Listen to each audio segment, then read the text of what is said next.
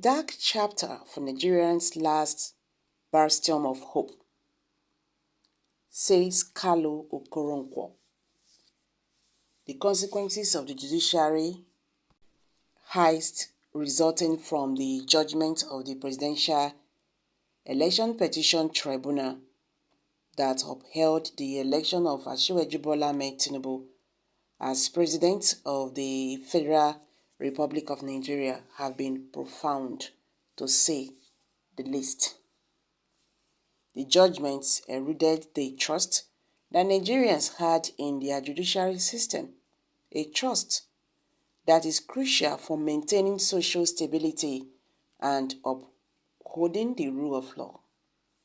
The judiciary, as a third arm of government, has been regarded as a last burst of hope for justice in Nigeria and elsewhere world over.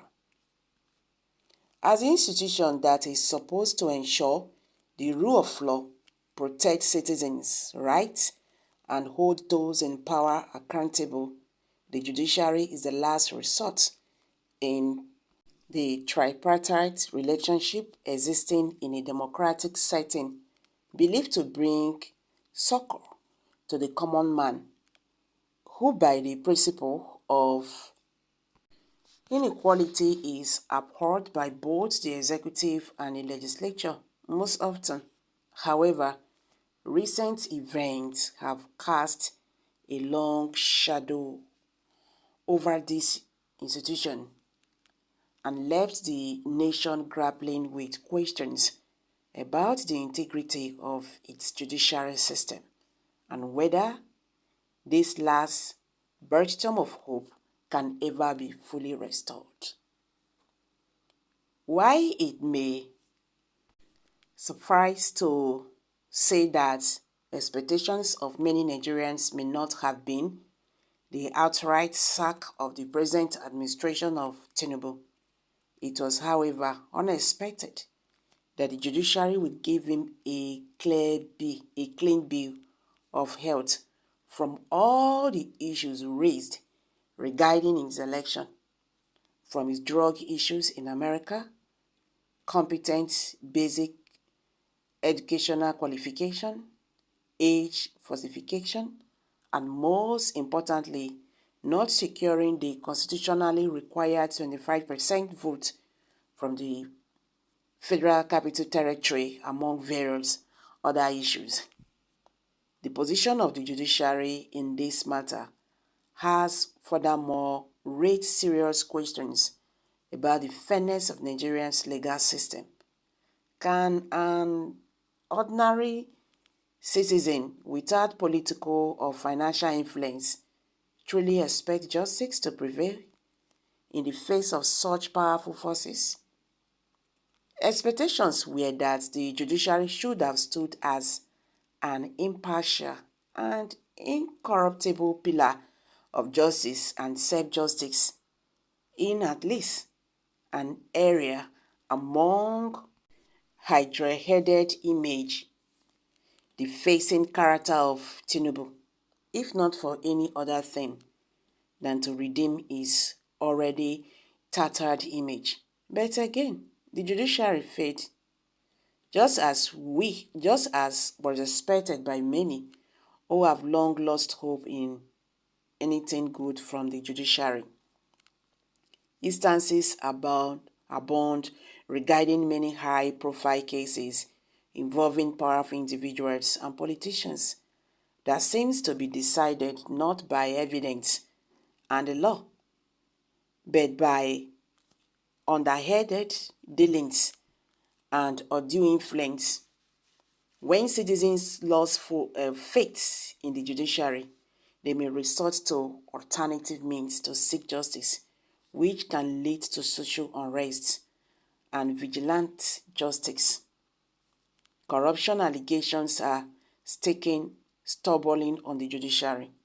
The Chairman State and the House of Representatives Election Petition Tribunal sitting in Kano, Justice Flora Azinge, recently raised the alarm that a senior lawyer was attempting to bribe her to influence judgment.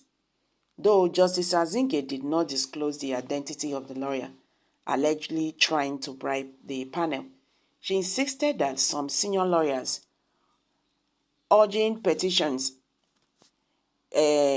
before the tribunal were engaged in unwholesome moves to corrupt the system. Visibly angry, she revealed in court how a senior lawyer offered a member of her staff 10 million to bribe the panel members. This was the second time the judge would raise such a weighty allegation. She had earlier accused an unnamed senior advocate of Nigeria of asking her to provide a bank account to send her Salah gifts. A notable Nigerian lawyer, Mr. Tonji Abayomi, recently also gave instances of corruption in Nigeria's judiciary, which he said had become a culture in the third arm of government. To further buttresses the allegation, Abayomi said some time ago a case that he had secured execution for was brought back to court, and a judge stayed execution after he had allegedly collected money.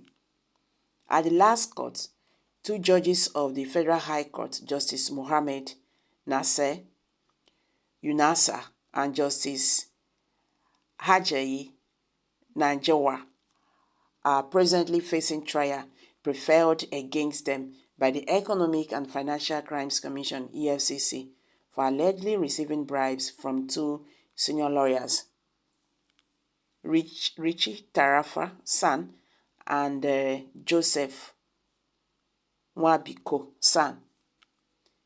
There is indeed a very dark period in Nigeria's history when the judiciary, which should have stood as an impartial and incorruptible pillar of justice, is facing a shocking assault on its integrity, allegations of bribery,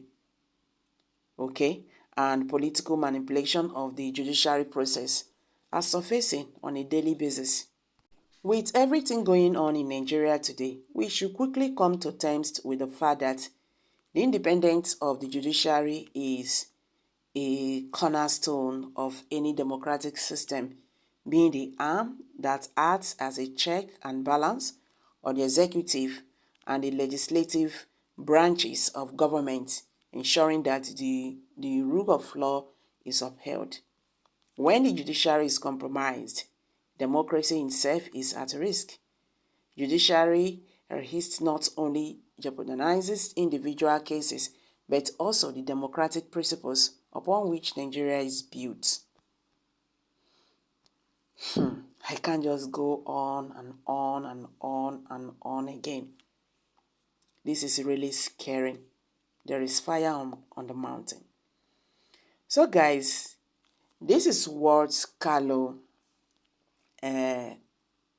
Okoronkwo have noticed. Let's hear from you. Kindly share your thoughts below the comment section, please.